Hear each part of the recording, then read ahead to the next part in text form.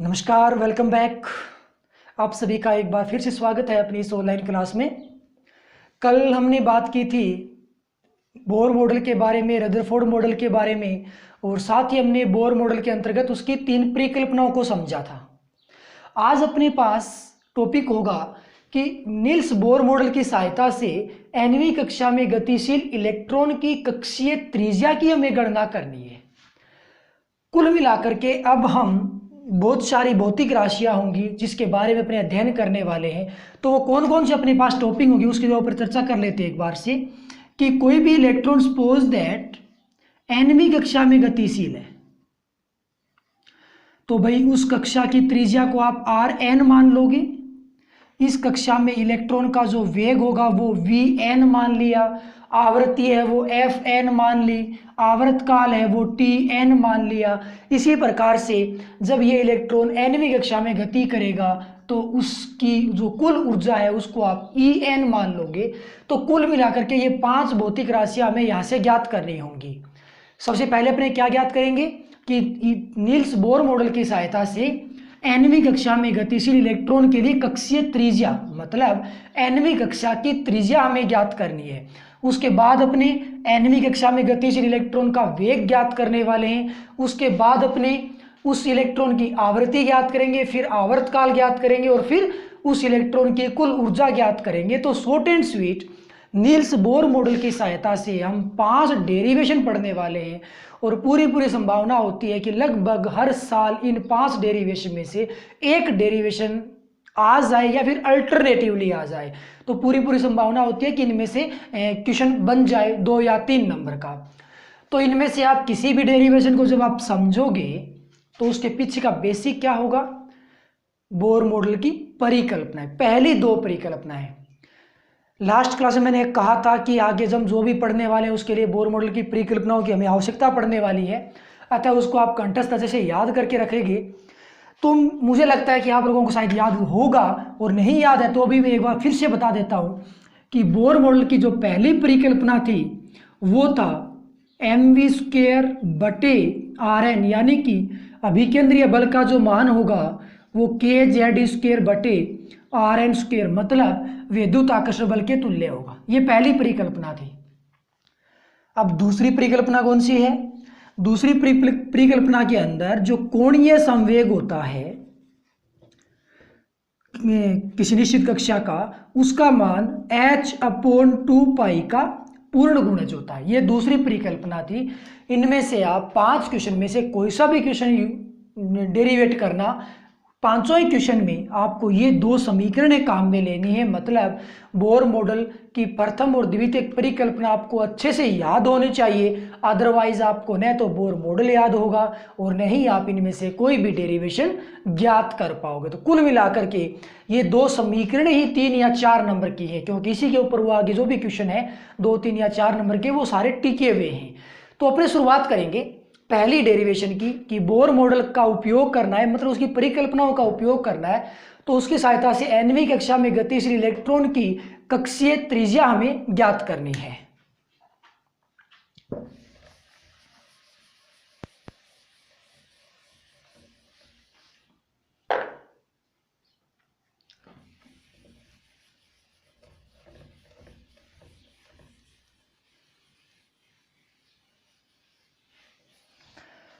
Okay, तो nवीं कक्षा की त्रिज्या ज्ञात करने के लिए आप क्या करोगे?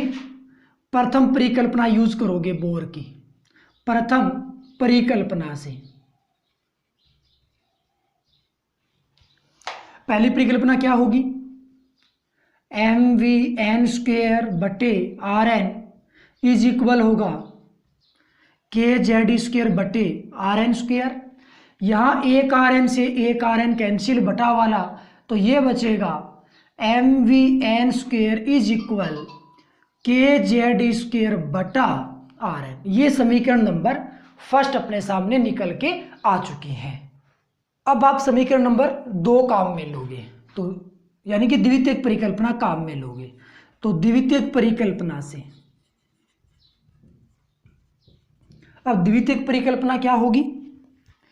द्वितीय परिकल्पना का मान होगा m VnRn is equal H/2 का पूर्ण गुणज। ये आ गई जी अपने पास द्वितीयक परिकल्पना। यहां से आप Vn का मान ज्ञात कर लो दूसरी समीकरण से और समीकरण 1 में पुट कर दो, फाइनल आंसर आ चुका। तो आप यहां से Vn का मान कैसे ज्ञात करोगे? पक्षांतरण करके। तो बन जाएगा NH/2πm आ जाएगा और यहाँ पे Rn बटा में और आ जाएगा। ये आ गई समीकरण नंबर 2। हमने द्वितीयक परिकल्पना से Vn का मान ज्ञात कर लिया है। अब आप Vn का मान पुट कर दो समीकरण 1 में, यानी कि समीकरण 2 से 1 में मान रखने पर ऐसा यदि आप करते हो तो मान कितना बन जाएगा? ये मान बन जाएगा m Vn का मान रखेंगे, स्क्वायर लगा हुआ है, मैं स्क्वायर सहित रख देता हूं, तो n² h² बटे 4π² m² Rn², ये बन गया इज इक्वल kz² बटा Rn। ये जो Rn है वो इधर वाले एक Rn से कैंसिल हो जाएगा, बटे में सिंपल एक Rn बचेगा। इस Rn का मान आपको ज्ञात करना है, साथ में कुछ और भी कटेगा तो हम देखेंगे क्या कटेगा। साथ में अपने इस k की वैल्यू पुट करेंगे। k का मान कितना होगा? 1/4πε0। तो यहां से आप k की वैल्यू पुट कर दो 1/4πε0। अब और क्या कटता है साथ में? 4 से 4 कैंसिल, पाई से पाई कैंसिल, तो यहां एक पाई बचेगा, साथ में Rn भी एक ही बचा हुआ है। इस Rn का मान ज्ञात कर लो। तो पक्षांतर यदि अपने करें तो पहले यहां ये देख लेते हैं कि बचा हुआ क्या क्या है। और हाँ, एक m से एक m भी कैंसिल हो रहा है। ऊपर क्या बचेगा? ऊपर बचेगा n² h² बटे पाई m Rn, pi m Rn is equal क्या बचेगा? Z² बटे में बचा हुआ है ε0। इतना काम हो गया अपने पास। अब आप यहां से Rn की वैल्यू ज्ञात कर लो, क्योंकि हमें तो इलेक्ट्रॉन की कक्षीय त्रिज्या ज्ञात करनी है। Rn हमने उसकी त्रिज्या मानी है और साथ में माना है कि उसका वेग कितना है? Vn है। मतलब एक इलेक्ट्रॉन nवीं कक्षा में गतिशील है, उसकी त्रिज्या कितनी है nवीं कक्षा की? Rn, और उसका वेग कितना है? Vn है। तो यहां से आप Rn यानी कि त्रिज्या ज्ञात कर लोगे तो त्रिज्या का मान अपने पास कितना निकल के आएगा? Rn पक्षांतरण करके Rn का मान ज्ञात कर लो तो कितना बनेगा भाई? Rn आ गया सामने तो Z² आएगा, बटे में ε0 चला जाएगा ऊपर, तो क्या बन जाएगा? ε0 n² h², ε0 n² बटे में क्या आ जाएगा? पाई m z², ये बन जाएगा पाई m z²। समीकरण नंबर 3 अपना फाइनल आंसर आ चुका। That's old. सिंपल क्या किया? दो परिकल्पनाएं, प्रथम और द्वितीयक। दूसरी परिकल्पना से Vn का मान निकाला, Vn का मान समीकरण 1 में यानी कि पहली परिकल्पना में पुट कर दिया। पक्षांतरण करना है, मैथमेटिकली सोल्व करना है, Rn निकाल दिया है। तो ये जो Rn है वो nवीं कक्षा की कक्षीय त्रिज्या है। ε0 h पाई m e ये सारे मान नियतांक है। यहाँ पे n से पता चलता है कि nवीं कक्षा की त्रिज्या होगी, और z यहाँ पे क्या है? z यहाँ पे परमाणु क्रमांक है, जिसे ये पता चलता है कि किसी भी परमाणु क्रमांक वाले नाभिक की nवीं कक्षा की त्रिज्या है वो ये Rn समीकरण नंबर 3 है। मतलब कि किसी भी परमाणु क्रमांक, चाहे वो हाइड्रोजन, हीलियम, लिथियम कोई सा भी हो, किसी भी परमाणु क्रमांक वाले नाभिक की और nवीं कक्षा की त्रिज्या है वो Rn समीकरण नंबर 3 है। ओके, अपने जो क्वेश्चन आता है एग्जाम में वो हाइड्रोजन परमाणु के लिए आता है। अब हम क्या करेंगे? त्रिज्या हाइड्रोजन परमाणु के लिए फाइंड आउट करेंगे। मतलब कि यहाँ पे हमें जो Z नजर आ रहा है उसके स्थान पे कितना पुट कर दोगे? 1, क्योंकि हाइड्रोजन के लिए Z का मान 1 होता है, परमाणु क्रमांक 1 होता है। साथ में हम हाइड्रोजन परमाणु की पहली, दूसरी, तीसरी इस प्रकार से लगातार कक्षाओं की त्रिज्या भी ज्ञात करने वाले हैं। तो सबसे पहले हम क्या करेंगे? हाइड्रोजन परमाणु की पहली कक्षा की त्रिज्या ज्ञात करेंगे, फिर हाइड्रोजन परमाणु की दूसरी कक्षा की त्रिज्या ज्ञात करेंगे, आफ्टर देन हाइड्रोजन परमाणु की तीसरी कक्षा की त्रिज्या हम ज्ञात करने वाले हैं। तो कुल मिलाकर के हाइड्रोजन परमाणु कि प्रथम कक्षा के लिए हाइड्रोजन का मतलब हो गया Z का मान 1, प्रथम कक्षा का मतलब हो गया n बराबर 1, ऐसा हो गया। वैल्यू पुट कर दो, सिंपल, n का मान 1 है, अतः हाइड्रोजन परमाणु की पहली कक्षा की त्रिज्या R1 कितनी बन जाएगी, n का मान 1 कर दो, z का मान 1 कर दो, बाकी सारी वैल्यू बची रहेंगी, तो एप्सिलॉन नोट n का मान 1 कर दिया, h स्क्वायर बटे पाई m e स्क्वायर, समीकरण नंबर 4 आ गई जी। हाइड्रोजन परमाणु की पहली कक्षा की त्रिज्या आ गई।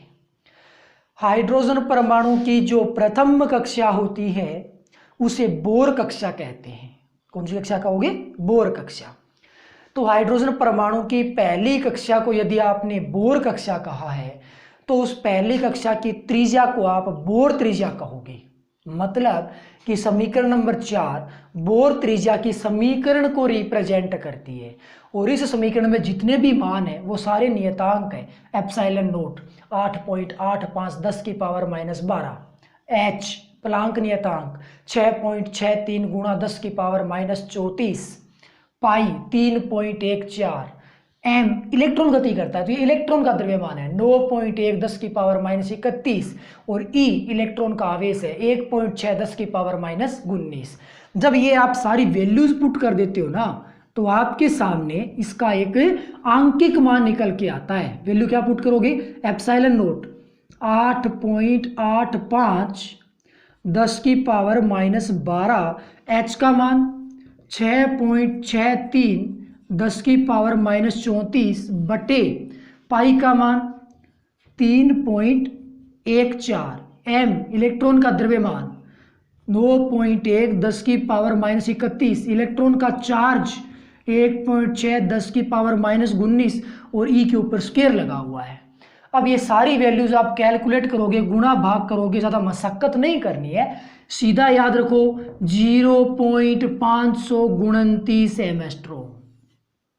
मतलब बोर कक्षा की त्रिज्या अर्थात बोर त्रिज्या का मान 0.529 एमस्ट्रॉम होता है। इसको आप कंठस्थ याद रखोगे, न्यूमेरिकल में भी आएगी या फिर एग्जाम में भी 1 नंबर में पूछ लिया जाता है कि बोर कक्षा की त्रिज्या या बोर त्रिज्या की वैल्यू लिखिए या मान बताइए कितना होता है। तो पहली कक्षा की त्रिज्या हमने बात कर ली, R1 समीकरण नंबर 4 है। अब हाइड्रोजन परमाणु की दूसरी कक्षा की बात करें तो हाइड्रोजन परमाणु की द्वितीय कक्षा के लिए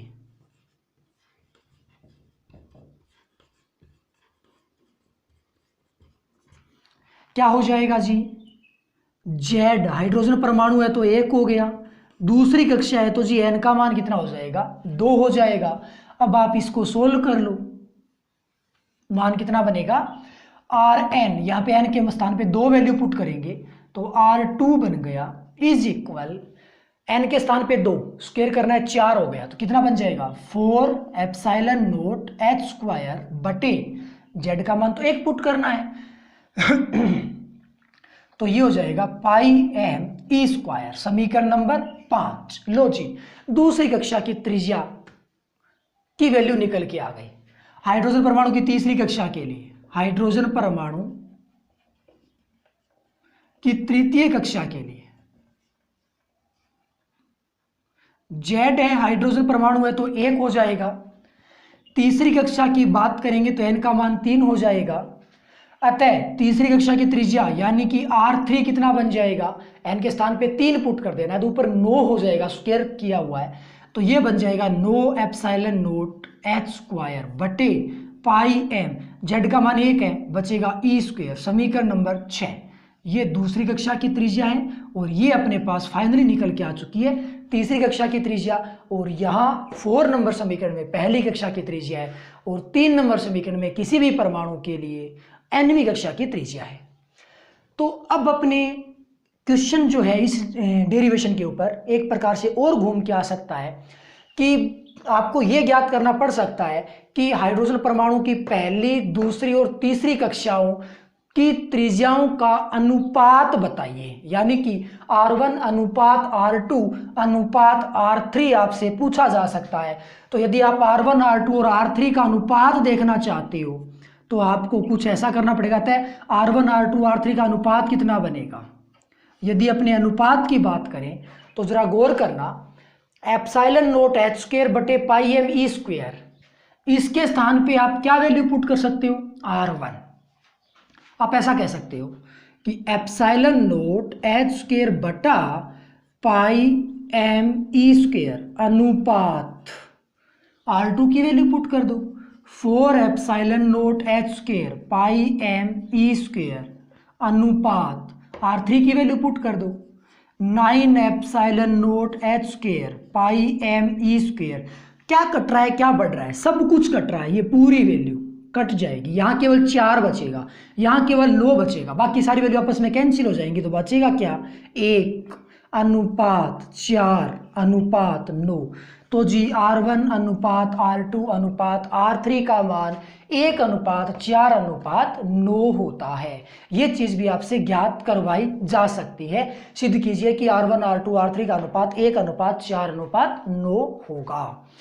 अब अपने एक इम्पोर्टेंट फॉर्मूले की बात करेंगे कि nवीं कक्षा की त्रिज्या और प्रथम कक्षा की त्रिज्या के मध्य रिलेशन क्या होगा। किसी भी परमाणु की nवीं कक्षा की त्रिज्या और प्रथम कक्षा की त्रिज्या के मध्य रिलेशन क्या होगा, और उसके बाद में अपने ये देखेंगे कि हाइड्रोजन परमाणु के लिए वो सूत्र कैसे लागू होता है। तो हमें सिर्फ तुलना करनी है, बाकी कुछ नहीं करना। कौन कौन सी कक्षाओं में, पहली और nवीं के साथ।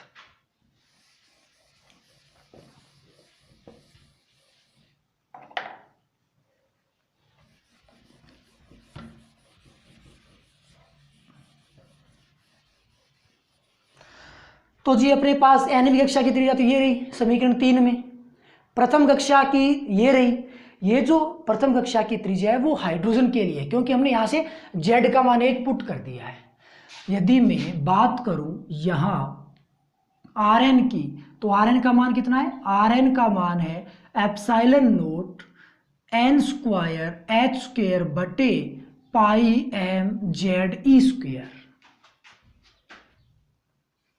ओके, किसी भी परमाणु की और nवीं कक्षा, किसी भी परमाणु की और प्रथम कक्षा, किसी भी परमाणु मतलब z का मान z ही रखना है, प्रथम कक्षा मतलब n का मान 1 पुट कर देना है। तो R1 कितना बन जाएगा किसी भी के लिए, epsilon naught h square pi M Z E square. ये अपने पास दो समीकरण हैं, एक समीकरण तो ये और एक समीकरण ये है। इन दोनों की आप तुलना करो तो भाई ऊपर n को यदि आप एक बार के लिए अलग निकाल देते हो, n स्क्वायर को मैंने अलग निकाल दिया, तो ये जो ब्रैकेट की वैल्यू है वो कंप्लीटली R1 का मान है।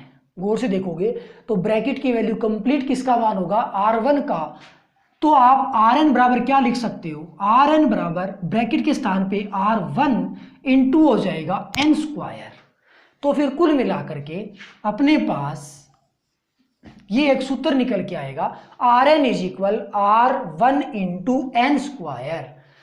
तो यहाँ पे ये जो समीकरण है अपने पास जो मान निकल के आ रहा है वो nवीं कक्षा और प्रथम कक्षा के मध्य रिलेशन को दर्शाएगा। यदि आप हाइड्रोजन परमाणु की बात करते हो तो भाई यहाँ से z गायब कर दो, तो हाइड्रोजन परमाणु के लिए मान कितना आ जाएगा, Rn is equal R1 into n square. और यदि आप यहाँ पे z लगाते हो तो क्या बन जाएगा ये समीकरण। तो फिर ध्यान रखना कि ये किसी भी परमाणु के लिए है, लेकिन nवीं कक्षा भी उसी परमाणु की होनी चाहिए और प्रथम कक्षा भी उसी परमाणु की होनी चाहिए।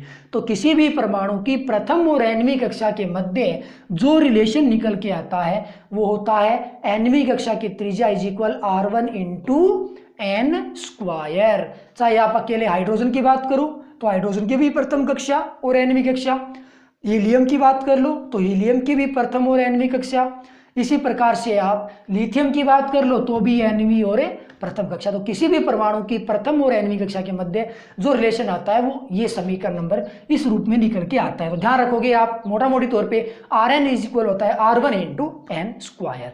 तो इसमें अपने बहुत सारे रिजल्ट निकल के आए हैं, इसमें से इंपॉर्टेंट फॉर्मूला एक तो ये होगा। दूसरी बात आपको ये ध्यान रखना है 1:4:9। तीसरी बात आपको ये R1 का मान कितना होता है वो ध्यान में रखना है। और चौथी बात ये अपने आप में एक मोस्ट इंपोर्टेंट फॉर्मूला है, इसके ऊपर न्यूमेरिकल्स भी हैं अपने पास। तो ये चीज़ कुल मिलाकर के 4 फॉर्मूले हैं वो आपको अच्छे से याद रखने होंगे। तो ये था अपने पास कक्षीय त्रिज्या की गणना का सूत्र। अब अपने ज्ञात करेंगे nवीं कक्षा में इलेक्ट्रॉनों का वेग क्या होगा। तो आइए बात कर लेते हैं nवीं कक्षा में गतिशील इलेक्ट्रॉन के कक्षीय वेग का मान कितना होगा। वेग ज्ञात करने के लिए भी यानी कि nवीं कक्षा में वेग हम vn मानने वाले हैं, उस कक्षा की त्रिज्या को हम rn मानने वाले हैं। और इसी प्रकार से कक्षा का वेग ज्ञात करने के लिए हमें आवश्यकता होगी बोर मॉडल की दोनों परिकल्पनाओं की। तो प्रथम परिकल्पना क्या कहती है?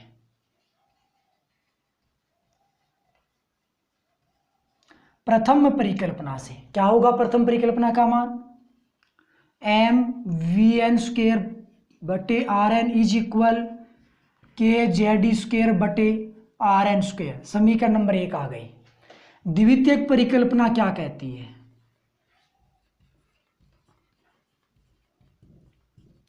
द्वितीयक परिकल्पना से mvn rn इज इक्वल कितना होगा? NH/2π यानी कि h/2π का पूर्ण गुणज हो जाएगा। ओके, आपके पास दो समीकरण है। समीकरण 1 में 2 का भाग लगा दो तो क्या वैल्यू आ जाएगी? 1/2 से तो हो जाएगा mvn² बटे rn। भाग लगाना है, इस समीकरण को आप गुणा करेंगे तो उल्टा लिखना पड़ेगा, लेकिन ये वैल्यू आप सीधी भाग में लिख सकते हो। mvn rn is equal kz² बटे rn²। अब इसको भाग में लगा रहे हो, गुणा करके उल्टा लिख दो तो 2π क्या हो जाएगा? nh हो जाएगा। ओके, कुछ कट रहा है क्या? m एक vn से एक vn और ये 2n है तो अपने पास ये दोनों rn कैंसिल हो गए। देखते हैं क्या बचा। इधर बचा जी vn इज इक्वल 2π के को एक बार मैं लेफ्ट करता हूं, छोड़ता हूं, बटे NH। अब अपने k की वैल्यू पुट कर देंगे 1/4πε0। ओके, इतना मान अपने पास बचा हुआ है। अब क्या होगा? 2 से 4 कैंसिल, पाई से पाई कैंसिल, तो अपने पास Vn का जो फाइनल आंसर निकल के आएगा वो कितना बन जाएगा? Vn बराबर आएगा ZE² बटा 2ε0 NH। समीकरण number 3। That's your final answer and very simple. क्या किया हमने? दो परिकल्पनाएं, एक परिकल्पना में दूसरे का भाग लगाया, गुणा भाग किया, जोड़ तोड़ किया, पक्षांतरण किया, Vn का मान निकल के आ गया। बहुत इजी काम है। अब चलेंगे बोर कक्षा के पास, हाइड्रोजन के पास। हाइड्रोजन की पहली कक्षा में वेग, दूसरी कक्षा में वेग और तीसरी कक्षा में वेग। तो सबसे पहले अपने क्या करेंगे? हाइड्रोजन परमाणु की प्रथम कक्षा अपने बात करेंगे तो Z बराबर होगा 1 और प्रथम कक्षा है तो n का मान भी होगा 1। ये सूत्र किसको रिप्रेजेंट कर रहा है? Z। कोई सा भी परमाणु हो सकता है। nवीं कक्षा, तो किसी भी परमाणु की nवीं कक्षा में जो वेग है वो Vn है। तो अपनी बात करेंगे हाइड्रोजन की और प्रथम कक्षा की, तो भाई यहां से V1 क्या बन जाएगा? पहली कक्षा में वेग क्या बनेगा? Z का मान 1 पुट करना तो हो जाएगा E² बटे 2ε0 H। समीकरण नंबर 4 में पहली कक्षा का वेग निकल के आ गया। और जैसा कि हम जानते हैं कि हाइड्रोजन परमाणु की जो प्रथम कक्षा होती है वो बोर कक्षा कहलाती है और ये जो वेग होगा वो बोर कक्षा का वेग होगा। अब इसका अपने आंकिक मान ज्ञात करने की कोशिश करते हैं तो V1 का जो भी वैल्यू है वो सारे के सारे के नियतांक हैं। 1.6 10⁻⁻19 का स्क्वायर, ε0 का मान पुट करें 8.85 10⁻⁻12, H की वैल्यू पुट करें 663 10⁻⁻34 और यदि आप इसका गुण भाग करते हो तो मान निकल के आता है 2.189 10⁻6 मीटर प्रति सेकेंड। मतलब कि बोर कक्षा में इलेक्ट्रॉन का जो वेग होता है वो 2.189 मीटर प्रति सेकेंड होता है। ओके, तो ये बोर कक्षा में वेग का समीकरण है और ये उसका एक आंकिक मान आ चुका है। ओके, इसको यदि आप थोड़े और सिंपलों में याद रखने की कोशिश करते हो तो जी ये मान बनता है C/137। यदि याद रहता है तो याद रख लेना। C C जहाँ पे निर्वात में प्रकाश का वेग है जिसका मान 3 × 10⁸, इसमें 137 का भाग लगाओगे ये मान निकल के आ जाएगा। तो जो भी आपको वैल्यू याद रहती है वो वैल्यू आप याद रख सकते हो। अब अपनी बात करेंगे हाइड्रोजन परमाणु की द्वितीय कक्षा के लिए। हाइड्रोजन परमाणु की द्वितीय कक्षा के लिए वेग कितना बन जाएगा जी? हाइड्रोजन परमाणु की बात करें तो Z का मान 1, द्वितीय कक्षा की बात करें तो N का मान 2। ओके, वैल्यू कितनी आएगी? इसकी वैल्यू आ जाएगी V2 इक्वल एनवीं कक्षा का है, ये रहा एनवीं कक्षा का। Z का मान 1, N का मान 2, तो 2 और 2 4 हो जाएंगे, 2 दूनी 4, तो ये बन जाएगा E²/4ε0h, समीकरण नंबर 5। इसी प्रकार आप तीसरी कक्षा का वेग भी ज्ञात कर सकते हो। V3 कितना बन जाएगा? E²/n के स्थान पे 3 पुट कर दो, 3 दूनी 6 हो जाएगा बटा में, तो बटे आ जाएगा 6ε0h, समीकरण नंबर 6 आ गए। समीकरण नंबर 4, 5 और 6 में प्रथम, द्वितीय और तृतीय कक्षा के वेग हमें प्राप्त हो चुके हैं। अब आप चाहो तो इनका अनुपात भी ज्ञात कर सकते हो। इनका अनुपातिक मान कितना आ जाएगा? तो V1/V2/V3। हालांकि ये चीज़ एग्जाम में नहीं पूछी जाती है, फिर भी हमें पता होना चाहिए कि क्या पता आ जाए एग्जाम में, तो हमें इसका पता रहना चाहिए। तो V1 कितना है? E²/2ε0 अनुपात V2 कितना है? E²/4ε0, यहाँ पे H भी है, सॉरी H, अनुपात E3 का मान कितना है? E²/6ε0h। यहाँ बचेगा 1/2, यहाँ बचेगा 1/4 और यहाँ बचेगा 1/6। इसका आप मान ज्ञात कर लो तो लघुत्तम लेते हो तो कितना बन जाएगा? लघुत्तम बन जाएगा जी इनका 12, तो ये आ जाएगा जी 6/3/2। ये V1/V2/V3 का मान निकल के आने वाला है। तो तीनों ही कक्षाओं में वेग 6/3/2 में होता है और तीनों ही कक्षाओं की त्रिज्याओं का अनुपात क्या रहता है? 1/4/9, यानी कि 1 का स्क्वायर, 2 का स्क्वायर, 3 का स्क्वायर, आगे बढ़ेंगे तो 4 का स्क्वायर, 5 का स्क्वायर, 6 का स्क्वायर, इस प्रकार से हमें त्रिज्याएं प्राप्त हो रही थी। तो अनुपात याद करते तो 1/4/9/16/25/49/49/64, इस प्रकार से मान आगे वो कंटिन्यू बढ़ता जाता। ओके, तो यहाँ पे वेग का अनुपात हमने देखा। तो ये था अपने पास कक्षीय वेग की गणना के लिए व्यंजक। तो आज हमने 2 डेरिवेशन की बात की है। दोनों डेरिवेशन को आप कंठस्थ याद रखोगे, पूरी संभावना होती है कि इन 2 डेरिवेशन में से एक डेरिवेशन निकल के मेन एग्जाम में आ जाए। तो आज के लिए बस इतना ही। कल बात करेंगे किसी ने नेक्स्ट डेरिवेशन की। Okay, bye.